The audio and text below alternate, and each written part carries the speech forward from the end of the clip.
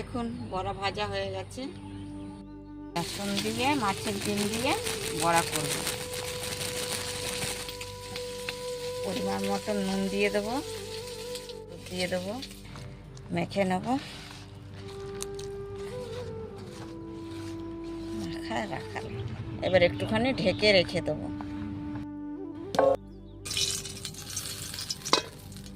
এইভাবে মাছের ডিমটা ভেজে নেব।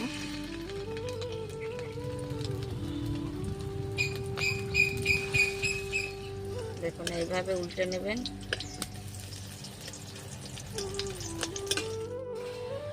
দেখুন হয়ে গেছে, কত সুন্দর লাল লাল। এবার তুলে নেব এটাকে।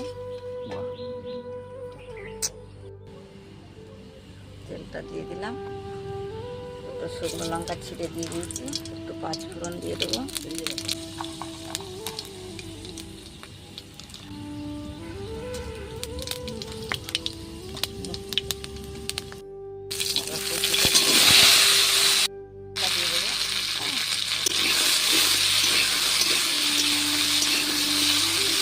পরিমাণ মতো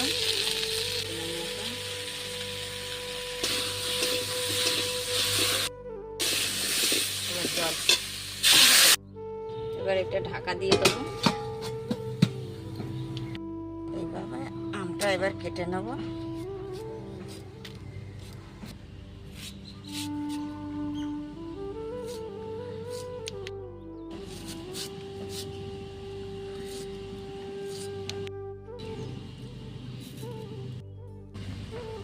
এই অল্প কিছু সরষে বেটে রেখে দিচ্ছি।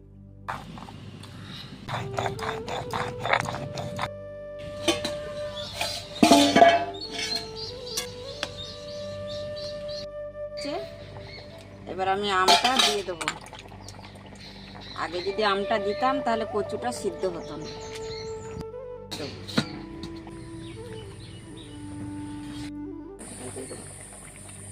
এবার আমি বড়াটা দিয়ে দেবো, সর্ষেটা দিয়ে দেবো।